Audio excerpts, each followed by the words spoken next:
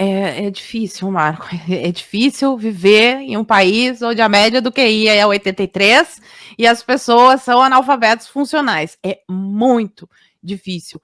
Eu achei genial essa jogada dele. Ele ficou no assunto o final de semana inteiro. Todo mundo só falava de Flávio Bolsonaro.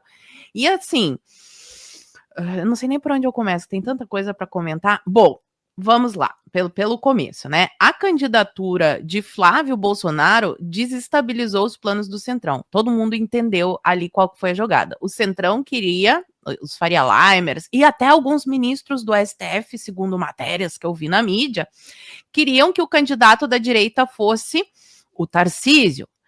E assim, pessoal, a eleição de 2026 vai ser muito difícil, tá? Não se iludam achando que o Lula tá morto, porque foi a mesma ladainha em 2022. Todo mundo falou, não, porque o Bolsonaro vai vencer, porque tá 100% garantido. E não foi o que aconteceu. Em primeiro lugar, por causa do nosso sistema de votação, que a gente tá impedido de criticar, porque se eu falar realmente o que eu penso, que eu posso ir parar na cadeia, mas todo mundo sabe o que é. E em segundo lugar, porque infelizmente sim, tem muita gente que vota no PT, especialmente na região Nordeste. Isso é um problema que a direita precisa resolver, fazer uma formação de base, né? Esse é um problema bem complexo.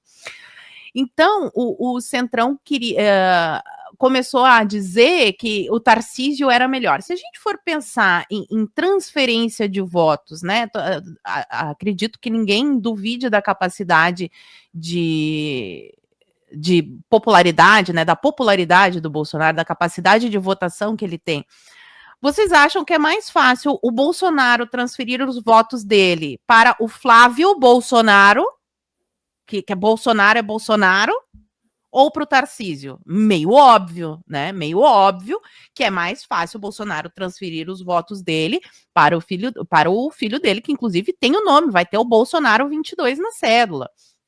Agora, a candidatura do Tarcísio, ela tem um problema não só pelo perfil dele, que não me agrada, não me representa, mas contra o PT, eu voto até no cachorro caramelo, isso é meio óbvio, mas não é o candidato que eu gostaria. Aliás, eu gosto do nome do Flávio Bolsonaro, mais do que o do Tarcísio, mas se fosse eu a escolher, eu escolheria o Eduardo Bolsonaro, que tem muito mais o perfil que me representa, né? Mas tá, temos ali o Flávio Bolsonaro. Se fosse o Tarcísio candidato à presidência, nós teríamos esse problema de transferência de votos, que não é tão fácil quanto para o Flávio.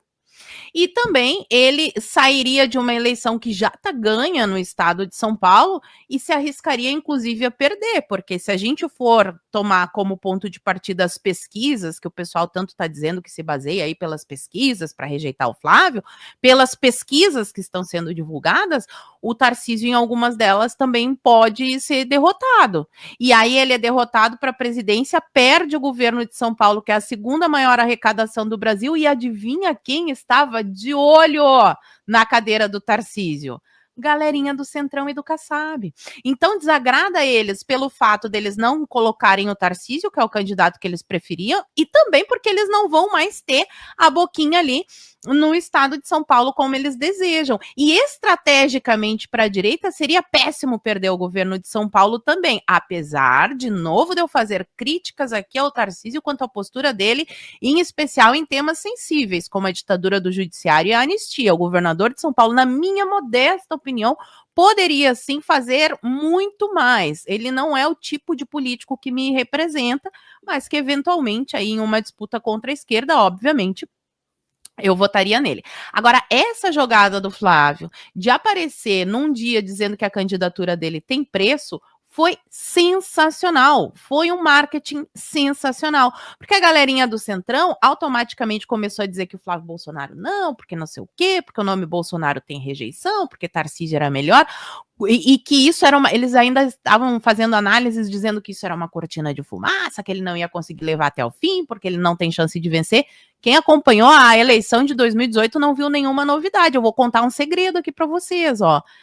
Se tivessem anunciado o Bolsonaro, a histeria seria a mesma.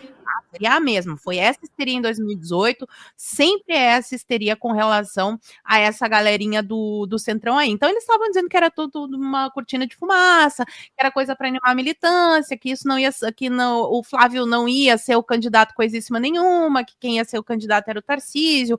Alguns jornais, inclusive, traziam matérias que o entorno do Tarcísio ainda estava resistindo à ideia. Aliás, o Tarcísio, pelo menos até o último horário hoje de manhã que eu olhei o perfil dele, ele ainda não se manifestou com relação ao Flávio, embora o Flávio tenha dado uma entrevista falando que confia no caráter, que falou com o Tarcísio, que ele agiria da mesma forma.